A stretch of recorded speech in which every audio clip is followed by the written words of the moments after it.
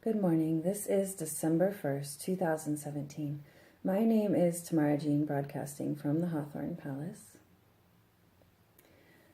I'm going to continue with some of these cards that are describing to us certain archetypes and energies and giving us messages on what we are perhaps working through or things that we can look at to work on in our lives as this full moon approaches over the weekend. Yesterday, I spoke a little bit more about these groups of fairies here. We have Iris of the Rainbow, or Iris and the Rainbow, I believe, of the Rainbow, and Fairies of the Future. You can see side by side there some really nice fairy gatherings happening, and these energies have had a lot to do with self-acceptance and acceptance of others, being present in regards to what we really want to co-create in our future best life that we can live. And these fairies are really offering us the ability to actualize our highest potential if we're paying attention. And the way we can do this is through being really aware of our power and how we perceive ourselves and others, really choosing to use this upcoming full moon to illuminate any type of illusion and no longer deceive ourselves. And the meditation that we're working with is the Mani Ratna Mudra, which I began this video with, focusing on the experience of oneness of everything. So as we compassionately look at deception in our lives and ourselves and through others, just really breathing in this centeredness of how we are all connected and having a feeling of oneness for everybody's story and perception, perspective, including the fairies, who are going to see things quite differently than we do a lot of the time, because fairies like to play and they like to be entertained. So when the fairies get into the shadow, it's not necessarily like our own personal, emotional feeling of perhaps being overwhelmed and spiraling into anger or despair. With the fairies, it's more about becoming mischievous and stirring up trouble. And they can really help reflect and show us how perhaps we deceive ourselves and stir up trouble in our own ways without even realizing it. So today I'm going to bring a little bit of tarot into this ongoing reading as we journey through this full moon together. And this is a deck I've been working with only recently, and it's the Wild Unknown Tarot Guidebook by Kranz. And I have a really deep appreciation for primarily her book, because it's very straight and to the point, and I've never really found a tarot book that is so concise. And I really enjoy that about it after all the years of reading about the symbolism and the imagery within cards. This deck does a really nice job sort of portraying the tarot in a very raw, pure form. Me being a Virgo, I really appreciate purity, and so perhaps that's why I resonate with it.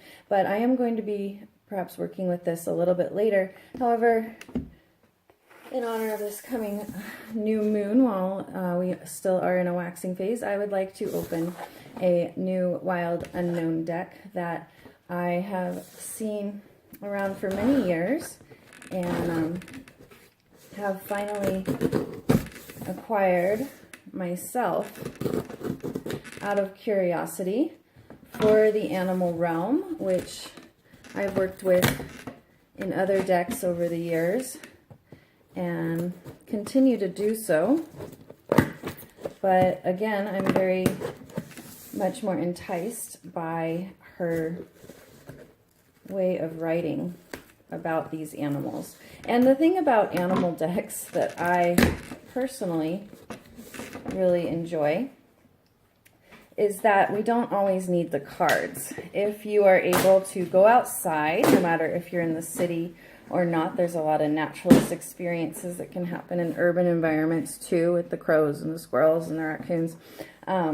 you are able to really enchant yourself with even the bugs, the insects, the spiders, all of these little fairy realms.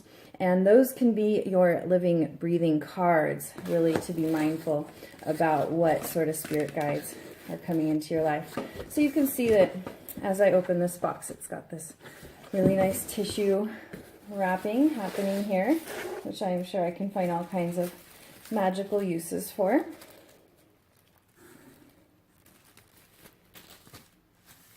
And then it's well packed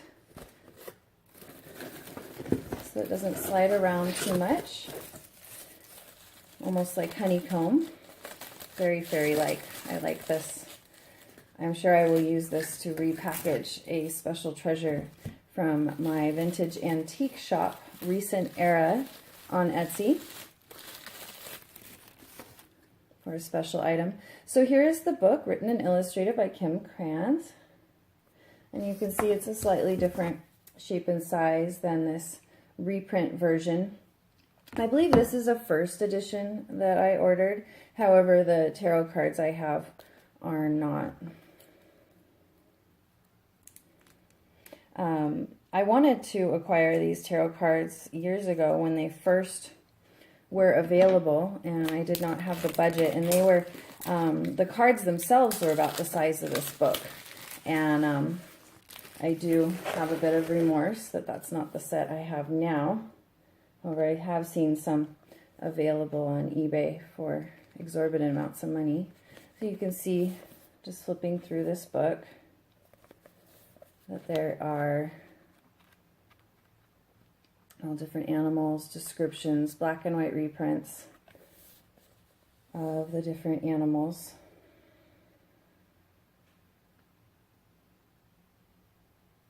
Beautiful. And here we have more of this beautiful honeycomb packaging that I will treasure repurposing. And it's in the bottom layer of the box as well. There are my cards. And, oh, she sent me a little Stay Sacred button. I like that very much. Go nice on my hoodie right here. Beautiful. And oh, a little more bonus surprises in here. A beautiful thank you card. I like that very much. Some sort of Arjan Miranda Bandcamp coupon there. And some beautiful stickers. I like that very much. Black and white. Very simple. A little bit more honeycomb packaging. So very grateful to Kim Krantz and her helpers, which have shipped this to me. Let's open the cards up. Now, typically when I receive a new deck, I might wait till like a new moon, light a candle, because the relationship we build with our cards can be really special.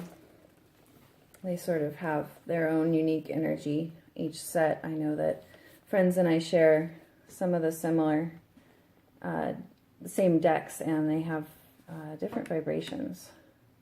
So there's like a slight shimmer to this box. I don't know if you were able to see that. And I believe she does include some layouts in her books as well, which I really like to use different layouts. However, for the purposes of the Hawthorn Palace channel, I haven't ventured that far yet. I'm still practicing holding space with the camera and being comfortable. It says inside the box, 2 feet, 4 feet, scales or hide. May our minds stay open and our wings span wide.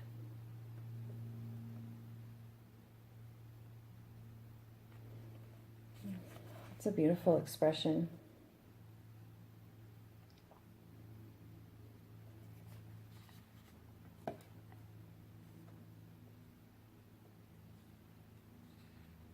And I think it's very appropriate for what we've been working with these cards. So I may not draw a card just yet today, but I will show you.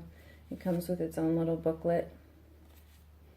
Inside the box has these beautiful symbols that she uses instead of numerical numbers in her decks. So let's delve deeper into this deck at a future date, but I did want to save it and do a special unwrapping for you, as I've seen other people do on videos, and just as a little curious experiment, see who's interested.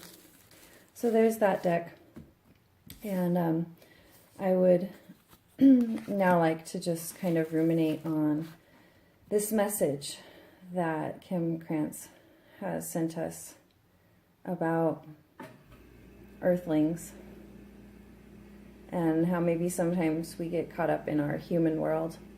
And today I just really want you to invite yourself to tune in to this idea of oneness, not just in the human realm, but in the entire earthling perspective of any earthling that is here on this globe, and the oneness that we share, as she says, 2 feet, 4 feet, scales or hide.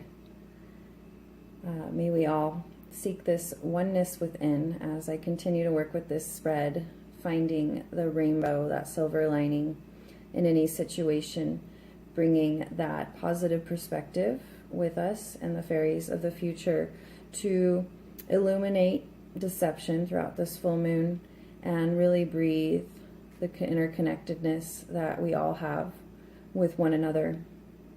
I look forward to further unveiling these new cards with you in videos to come, and I hope you will check back with me again tomorrow.